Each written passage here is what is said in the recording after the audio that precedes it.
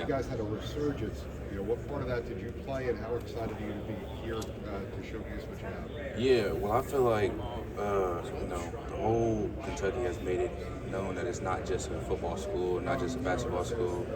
I mean, you look back at the history in the last few years. I mean, just look what's been done there. I mean, rifle teams up there, swim team, everybody for real. When I first got there, though, the leaders at the time did a great job of setting the standard. Benny Snell, Josh Allen, Lonnie, all of them. When we first got there, they kind of let us know this is the standard, this is how we play. And when they went out there and played hard, as a freshman, you're looking like, okay, well, these are the top dudes. So you go out there and you want to do the same thing. How did some of those older guys help prepare you for this experience at the Combine? Honestly, shout out to Drake. I talked to Drake not too long ago about the whole process, and he kind of told me, like, it's a time, but just go out there and be confident and just be you at the end of the day. He helped me with some of the pass plays and some of the run plays. I really need to know that. And at first, I didn't know how important that was. And talking to Drake, he was like, "Yo, like you need to know it." So, shout out to him. Is it part of the system at UK? Is that help make it easier to talk to some of these coaches about systems and stuff like that? Yes, honestly, yes. Especially with like Liam and Coach Gangarello, they've been around the league. They know some people, and people know them, and people know their system. So when people ask me, what do I know? I tell them, they're like, oh, well, we run the same thing. So it made it a lot easier. What kind of person and teammate are teams getting with you off the field and in the locker room? Oh, with me? Yeah. Me, inside the locker room, I'm quiet, but I'm also one of those teammates who's going to be ride or die for you. Once we get to know each other, I'm going to be there for you whenever you need me, and I will hope I get the same back. Outside of football, I'm more like a family person. I like to hang with the fam. Got a fiance at the house, my little dog, so once I get home, showing them unconditional love. You're obviously very busy during the season, but I'm curious, like on Sundays, were you watching the NFL? Were you watching like players that were at your alma mater? Oh yeah, for sure. So some Sundays, you beat up, you don't want to get out of bed, so you just sit there and watch TV all day. Me, I love to watch TV as well, so I'll sit there, watch TV, watch my little TV shows. Games come on, turn the game on, trying to catch one of my teammates. No matter which one it was, just so I can say, hey, I played with him. But I watch sometimes. What shows are you watching? Shows right now? Yeah. Oh, man. Or favorite show? So right now I'm watching Snowfall. I'm trying to play catch up. The new season just came out, but I'm on like season 2. I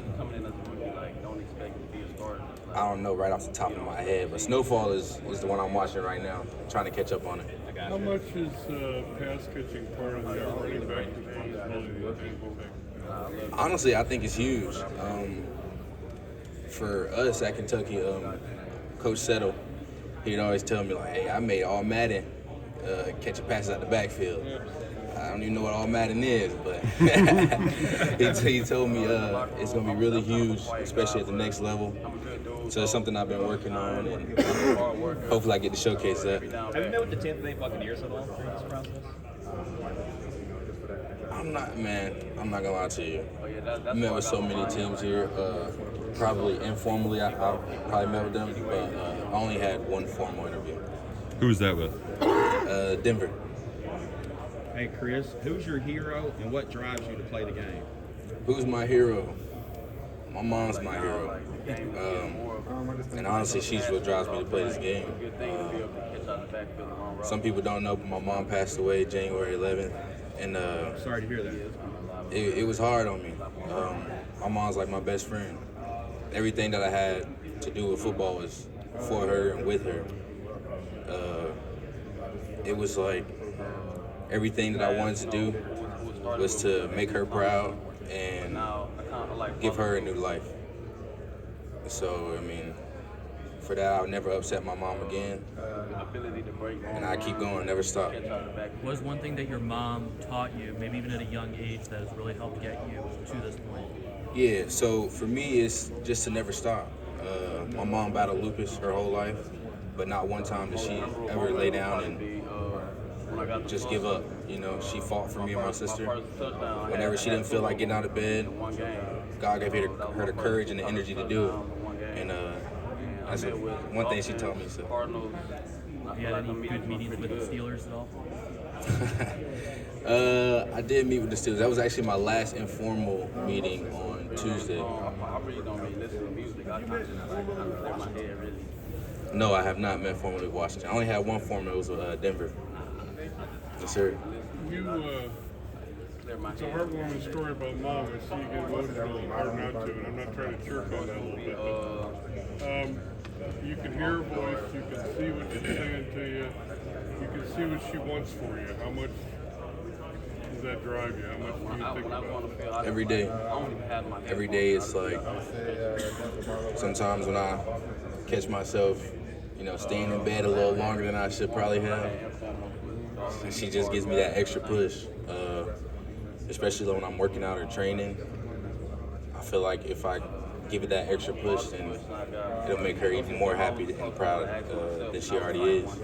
So, you know, it gives me a lot of push. You know, I always feel like she's with me in whatever I'm doing. What'd she say to you in your head before the combine? I love you. Yeah. I already know. She's like, I love you. That's it, right? Yep. That's all she would ever tell me. It's like, Mom, like, okay, I know you love me. Like, chill.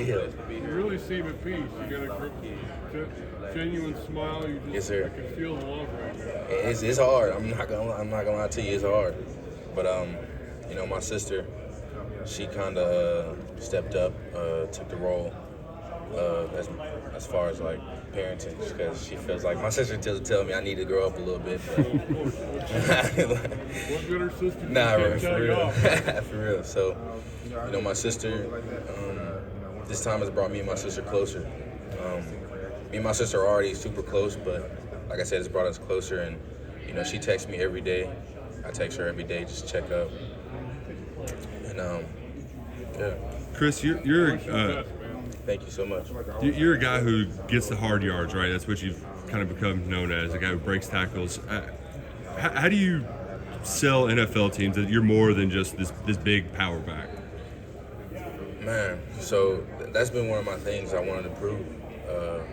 A lot of people know I have power, and a lot of people know I can break tackles, get yards after contact. But that's just one of the things I want to showcase. At Kentucky, it was kind of like, man, I'm just running angry 24/7. In the NFL, you can't always do that. You got people on the other side that's 2 times your size that not playing that. So that's something I've been working on, and hopefully I get to showcase it. There's been some games that I've had those attributes. I don't know, hopefully I get a chance and I can show them.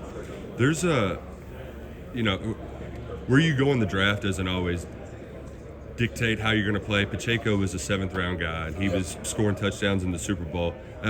How do you keep that positivity to know that you can still make an impact no matter where you're kind of picked? Yeah, so the way I look at it is I'm here, having fun. I'm glad to be here. All I need is a chance. That's it. Same thing I did at Kentucky. You know, I was kind of like the underdog as far as running backs. I didn't play till my sophomore or junior year. I think my redshirt junior year. But when I got my chance, I made the most out of it. So that's kind of how I look at it. And like you said, Pacheco, he just lighting away, man. 6th round, and he doing his thing. So. Yeah, Chris, on the note of Kentucky, if you were an NFL GM, why would you draft Will Levis to be your quarterback? Why would I draft Will Levis? If I was a GM, Yeah. have you seen his arm? That man's huge. He looks like a tight end too. So I don't know. I feel like Will, he has everything you're looking for. If you go back and watch that 21 Louisville game, that's enough right there. Have you ever tried putting the mayo in the coffee? No. No? I didn't actually start drinking coffee till last year.